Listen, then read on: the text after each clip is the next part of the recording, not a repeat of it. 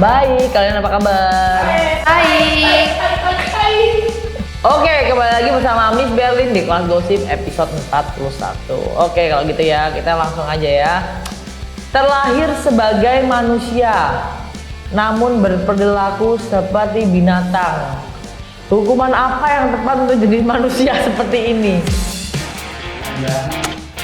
Sebelum lanjut ke bab 1, jangan lupa klik tombol di bawah ini.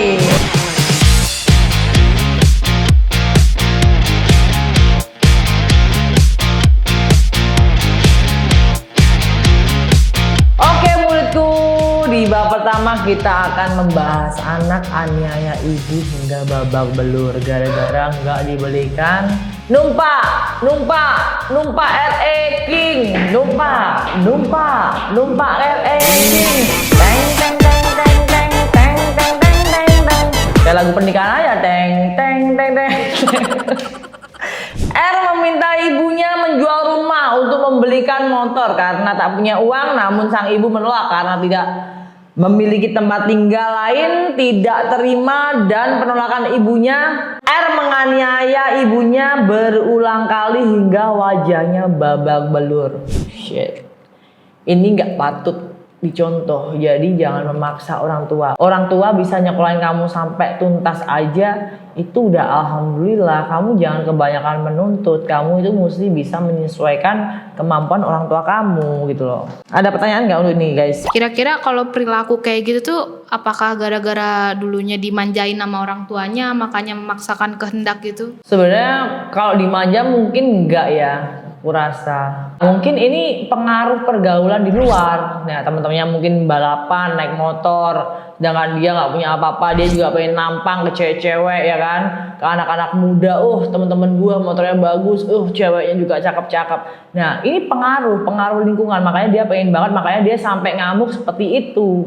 Tapi kalau gitu Miss, anak-anak yang ya kayak gitu ya, yang menganiaya orang tua, itu sebenarnya ada masalah gangguan kejiwaan gak sih Miss? Kalau kejiwaan sih enggak ya, aku rasa dia mungkin pengaruh lingkungan dan kurang pengawasan dari orang tua, maksudnya kayak pendidikan, perhatian gitu loh. Makanya anak itu sampai berani dan melawan gitu. Oke, di bab 1 kita udah selesai, kita lanjut ke bab selanjutnya ya. Ya, di bab 2 ini kita akan membahas emak-emak di Makassar marah sambil bawa parang saat ditagih hutang.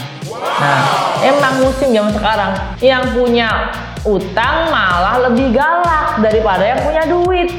Gitu loh. Pertikaian tersebut disebabkan oleh kondisi kritis orang tuanya yang bersamaan dengan datangnya penagih utang yang dinilai terlalu kasar, lalu mengancam penagih utang dengan parang.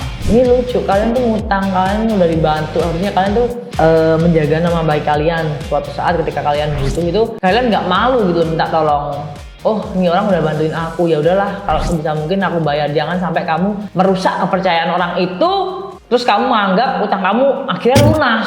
Itu nanti kamu sendiri yang rugi gitu loh. Suatu saat ketika kamu butuh, kamu minta bantuan sama dia lagi, kamu yang malu gitu loh. Ada pertanyaan nggak? Mungkin gak sih Miss, orang ngutang tuh sebenarnya kebiasaan, bukan karena memang dia butuh banget. Ya, ada juga yang kebiasaan. Jadi dia tuh pengen segala sesuatu tuh tidak mau nabung dulu atau nunggu gaji. Nggak mau dia nunggu gaji. Udahlah utang dulu lah, ntar gajian bayar. Jadi kayak konsepnya tuh jadi kayak gali lubang tutup lubang gitu. Tapi orang-orang yang berutang itu kadang-kadang pasti ditagih marah Miss, lebih galak dari yang punya uang. Nah, kadang-kadang kita niatnya tuh baik, bukan kita sok kaya ya. Kita tuh ngebantuin orang tuh karena kita juga pernah merasakan di posisi seperti itu gitu loh. Niat kita baik tapi dia pas ngembaliinnya tuh kayak seenaknya gitu. Teman gue sendiri gak apa-apa lah, paling dia juga gak ngamuk. Gak apa-apa lah, paling dia juga baik-baik aja, biasa aja gitu loh. Nah, seperti itu tuh nggak boleh. Intinya gini, kalau prinsipnya Miss itu teman-teman utang-utang, mending lu gini, lu kalau minta ya udah minta. Jadi gue nggak berharap duit itu kembali gitu loh. Tapi kalau lu udah bilang yang ngutang, ya gue pasti berharap lah duit itu kembali, meskipun cuman gedenya 5.000, 20.000. Karena itu bukan masalah besar kecilnya nominal, tapi sifat tanggung jawab kamu itu loh seperti apa sama orang. Itu penting loh. Oke. Emang gitu ya, saya yang utang lebih galak daripada yang nagih ya kan. Oke, mending kita lanjut ke bab 3 yuk cus. Di bab 3 ini kita akan membahas motor kehabisan bensin malam hari. ABG Demak diperkosa 3 pria. Wow. Nasib malang dialami oleh remaja perempuan berusia 13 tahun. Dia diperkosa oleh 3 pemuda saat motornya kehabisan bensin di malam hari. Korban kemudian pulang dan lalu melapor kejadian tersebut kepada keluarganya, dan lalu pihak keluarga melapor ke kantor polisi. Ini dunia ini semakin rumit gitu loh. Ngapain sih begitu gitu loh?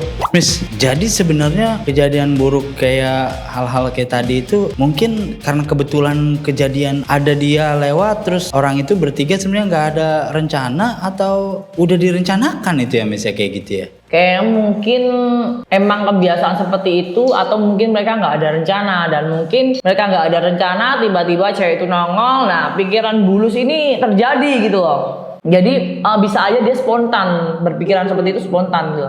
Berarti random juga ya Miss ya? Artinya dia bukan bertujuan untuk orang yang ini, tapi yang dapat aja begitu? Ya, asal dapat dia langsung pikirannya seperti itu. Nah makanya mungkin itu juga kurang didikan dari orang tua, atau mungkin juga penyalahgunaan narkoba. Orang yang tidak jahat tadinya itu bisa jadi tambah jahat. Orang yang jahat makin jahat. Itu narkoba. Makanya kenapa kita stop narkoba. Narkoba membunuhmu. Jauhi narkoba, dekati.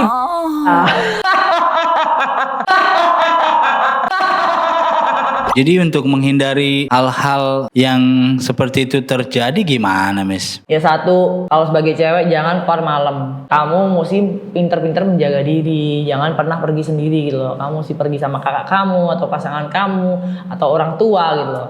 Oke sayangku, kita lanjut ke bab akhir. Kita simpulin ya. Kriminalisme tidak pandang bulu, tapi bulu tidak pandang kriminalisme.